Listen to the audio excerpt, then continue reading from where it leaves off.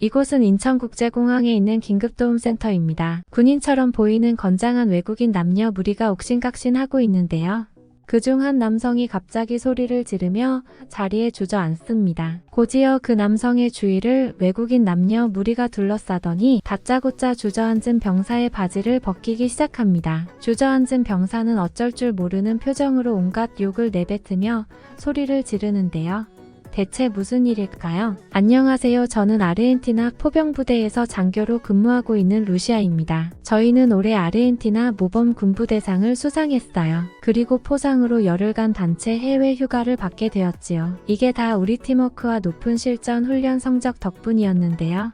다른 부대들이 저희 부대를 무척 부러워했죠. 복무기간 중에 이렇게 단체로 해외 휴가 포상을 받는 건 정말 이례적인 일이거든요. 그래서 어디로 여행을 떠나야 하는지도 엄청 고민이 되었어요. 다 같이 매일 머리를 맞대어 후회 없는 휴가를 보내야 한다고 벼르고 있었죠. 사실 대부분의 팀원들이 해외여행을 해본 경험이 없는 젊은 친구들이었어요. 그래서 더 어디로 떠나야 할지 감을 못 잡았던 거죠. 그러던 중 해리라는 한 장교가 한국에 가면 어떻겠냐고 하더군요. 해리는 자기가 예전에 한국에서 대학교 어학원을 다닌 적이 있는데 우리가 다 같이 움직이면서 각자 하고 싶은 걸 모두 충족하려면 한국만큼 적절한 나라가 없을 거라고 말하는 거예요. 한국에 대해서 아는 게 별로 없었던 저희는 그렇게까지 먼 나라로 굳이 가야 할까? 라고 생각했어요. 어떤 팀원은 왜 많고 많은 유럽이나 서양 나라들을 가지 않고 동아시아에 있는 작은 나라에 가냐며 불만을 제기했지만 해리는 그 친구에게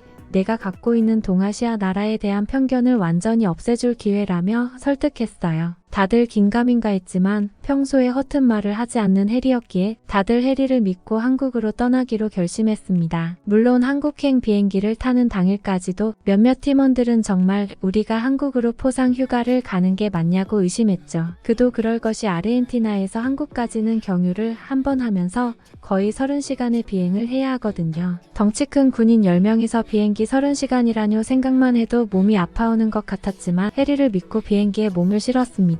언제 도착하려나 생각하면서 비행기에서 틀어주는 영화나 보면서 잠이나 많이 자야지라고 생각하고 있는데 이륙하고 얼마 지나지 않아서 기내식이 나오더군요. 한국 항공 비행사라서 그런지 닭도리탕과 비빔밥 중에 하나의 메뉴를 선택할 수 있었어요. 저와 옆자리 팀원은 혹시 하나가 맛이 없을 수도 있으니 각각 다른 메뉴를 시켜보자고 했죠. 곧이어 기내식이 나와서 조심스럽게 식사를 시작했습니다. 아니 그런데 별 기대 없었던 비빔밥과 닭도리탕이 너무 맛있는 겁니다. 세상에 건강한 야채 위주의 재료로 이렇게 맛있는 맛을 낼 수 있다니 정말 신기했죠. 게다가 닭도리탕의 닭은 얼마나 알맞게 잘 삶아져 있던지 같이 나온 감자와 먹기에 아주 잘 어울리더군요. 같이 나온 따뜻한 된장국까지 한 끼 식사가 정말 알찼습니다. 그리고 제일 충격 먹은 것은 작은 튜브 형태로 나온 소스였어요. 소스에는 고추장이라고 써 있었는데 이건 간장도 아니고 칠리 소스도 아닌데 정말 기막힌 맛이 나더군요. 매콤하면서도 달콤한 소스에 비빔밥 한 그릇을 금방 해치웠습니다. 사실 그 소스는 더 달라고 해서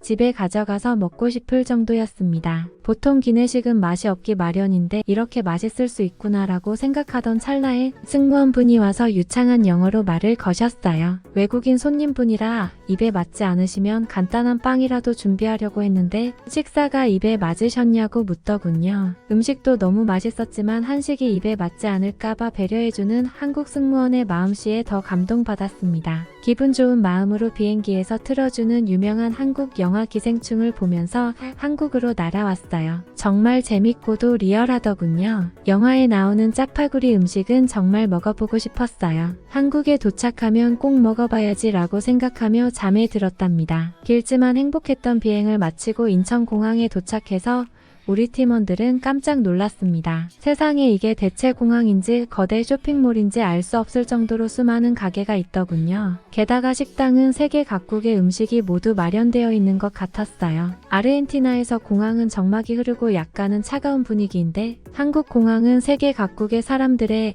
에너지가 가득 넘치는 밝은 분위기였죠. 게다가 아르헨티나 공항에서는 치안의 문제가 심각해서 경찰과 군인들이 수시로 경비를 보는데 인천공항은 어린아이들도 마음 놓고 뛰어다닐 수 있을 정도로 안전해 보였습니다. 이렇게 자유롭고 안전한 나라가 있구나라고 감탄하며 공항 출국장에서 미리 예약한 가이드를 만났어요. 가이드는 해리가 한국에서 지낼 때 단골집이었던 삼겹살집 사장님이셨어요. 사장님은 우리를 환하게 맞아주시며 한국에 와서 지내는 열흘 동안 평생 기억에 남는 여행을 할 수 있게 도와주겠다고 하셨어요. 공항 카페에서 간단히 여행 계획을 세우고 출발하려는데 갑자기 팀원 한 명이 소리를 지르며 다리를 부여잡는 거예요. 울부짖으며 다리가 끊어질 것 같다고 하는 팀원을 바닥에 눕히고 바지를 걷었습니다. 다리를 벌벌벌 떨고 있는데 보니까 지난달에 포병 훈련하면서 다쳤던 부위가 다시 말썽인 것 같았죠. 이 팀원은 비행기에서 다리가 부을까봐 깁스를 허벅지까지 감고 왔는데 그게 문제가 되었던 것인지 발이 전혀 안 움직인다고 했어요. 어쩔 수 없이 그 자리에서 바지를 내리고 붕대를 해체했습니다. 피가 통하게 하는 게 급선무였거든요. 그런데 깁스를 풀었는데도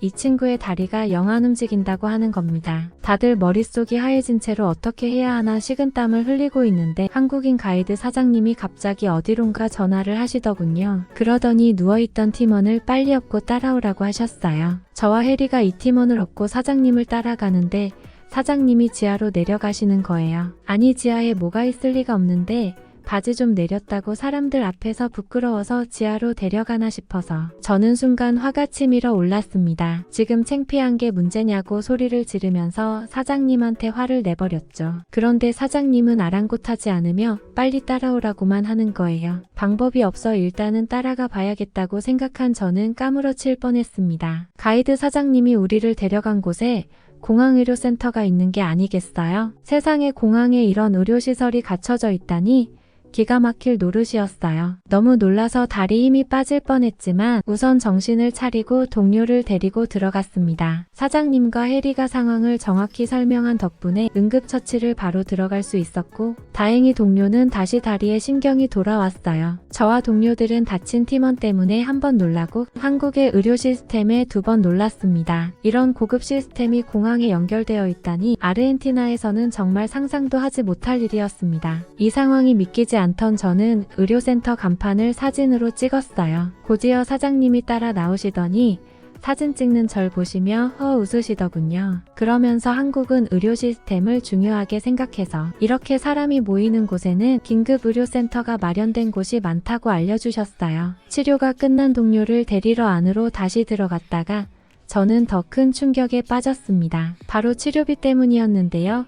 응급치료비가 5만원 밖에 나오지 않은 겁니다. 아르헨티나였다면 이렇게 가까운 곳에서 이 정도 치료를 받는데 적어도 50만원은 기본으로 나올 텐데 고작 5만원에 이런 치료를 받을 수 있다니 너무나도 충격적이었죠. 영수증을 잘못 보았나 몇 번을 확인해 보았지만 다시 보아도 정말 5만원이더군요. 게다가 한국 가이드 사장님은 한국에 도착하자마자 우리는 이런 걸 액땜 잘했다라고 표현한다며 대신 병원비를 결제해 주셨어요. 이런 게 바로 선진국의 복지가 아닐까라고 감탄하며 공항을 빠져나왔습니다. 아르헨티나였다면 차를 타고 공항 밖으로 나가 멀리 있는 병원으로 찾아가야 했을 텐데 그리고 엄청 비싼 치료비를 내야 했을 텐데 여기가 한국이라는 게 정말 감사하고 다행일 따름이었죠. 사실 우리가 단순히 치료비가 저렴해서 충격을 받았던 것은 아니었어요. 사실 아르헨티나에서 저희는 나라를 지키는 일을 하는 군인임에도 불구하고 나라에 대한 대접을 못 받는 느낌이었거든요. 특히나 병원에 갈 때 그런 기분을 많이 느꼈는데 보통 저희가 병원에 가는 이유는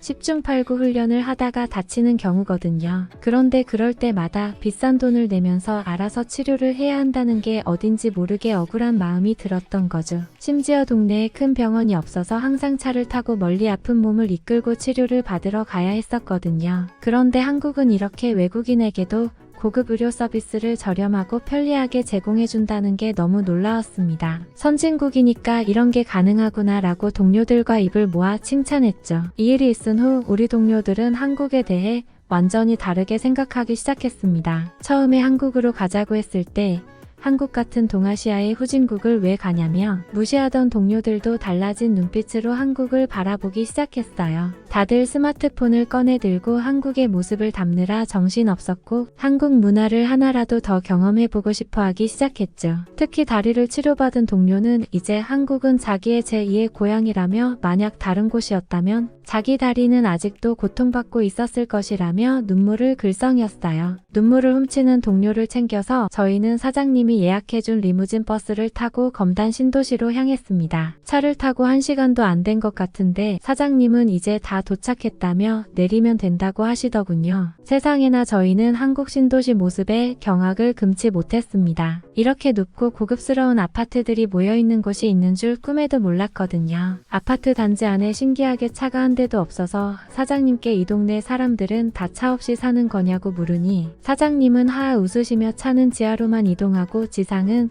사람들이 걸어 다닐 수 있게 만들었다고 하시더라고요. 누가 그런 획기적인 생각을 한 걸까요? 정말 천재적인 생각이더라고요. 사장님이 벌써 놀라긴 이르다며 일단 집으로 들어가자고 하시더군요. 사장님을 따라서 들어간 집 안은 마치 회장님 집 같았어요. 엘리베이터에는 오늘의 날씨와 뉴스가 화면으로 나오고 속도도 엄청 빠르더군요. 아르헨티나는 아직 엘리베이터가 없는 건물도 많은데 말이에요. 집 안은 더 놀라웠습니다. 아르헨티나에서 최고로 불리는 삼성 가전제품이 가득 차 있더군요. 제가 항상 사고 싶던 큰 TV에 식기세척기까지 구비되어 있는 걸 보니 여기에 살고 싶다는 말이 절로 나왔습니다. 사장님은 외국에서 손님이 온다고 해서 가족들이 기다렸다며 가족분들을 소개해 주셨어요. 그리고 사모님이 준비해 주신 과일을 먹으며 간단히 자기소개를 했죠. 그런데 갑자기 사장님의 늦둥이 6살 아들이 애교를 부리며 수영을 하러 가고 싶다고 아빠를 조르는 겁니다. 조만간 사장님이 근처 수영장에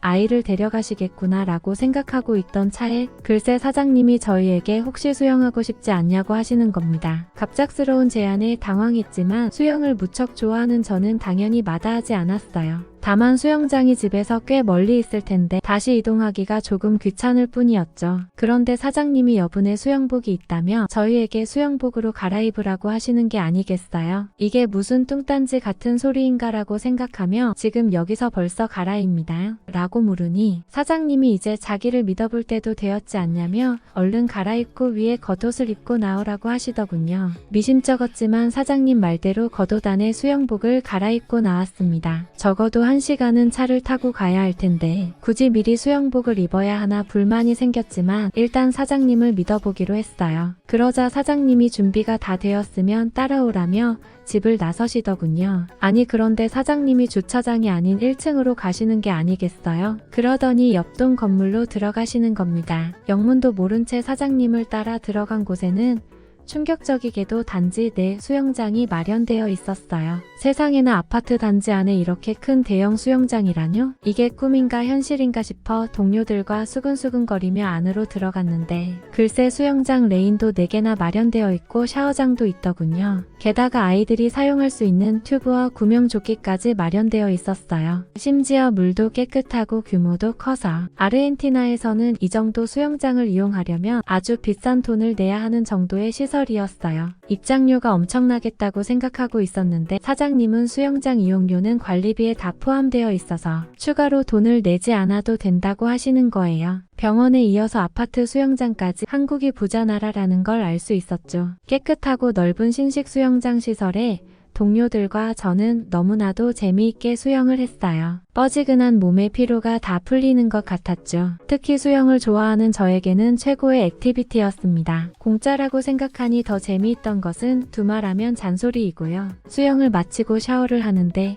사장님은 더 놀라운 얘기를 하시더라고요. 이 건물에는 수영장뿐 아니라 헬스장과 골프장도 준비되어 있다고요. 원하면 다른 시설도 이용할 수 있으니 머무는 동안에 마음껏 사용해도 된다고 말씀해 주셨어요. 한국 아파트는 아파트가 아니라 최고급 호텔 같다고 입을 모아 칭찬하는데 사장님은 요즘 새로 짓는 아파트들은 심지어 식사가 나오기도 한다고 하시는 거예요. 아파트에 단지 내 식당이 마련되어 있어서 밥을 하기 귀찮을 때는 저렴한 비용을 내고 점심은 한식이나 양식을, 저녁은 뷔페식을 먹을 수 있다고 얘기하시는 걸 보고 두 번 놀랄 수밖에 없었습니다. 생각지도 못한 시설에 반한 저희는 사장님 아파트에 있는 시설을 마음껏 누리면서 유럽 호텔 못지않은 휴가를 보냈습니다.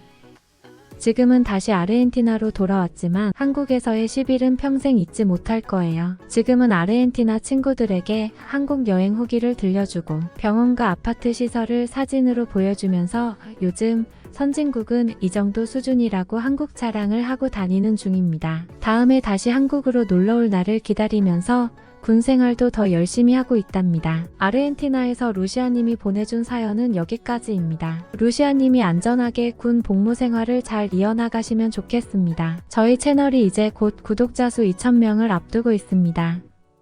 재미있게 보셨다면 구독과 좋아요, 그리고 알림 설정까지 꼭 부탁드려요. 라고 사연을 보내오셨네요. 여러분들의 생각은 어떠신가요? 힘이 되는 응원의 메시지를 남겨주시면 사연자분에게 전달해 드리도록 하겠습니다. 저희는 실제 사연 제보를 받고 있습니다. 저희가 전달해 드리는 사연이 시청자분들의 하루에도 작은 힘이 될 수 있었으면 좋겠습니다. 구독과 좋아요, 그리고 알람 설정은 영상 제작에 큰 힘이 됩니다. 오늘도 좋은 하루 되세요. 감사합니다.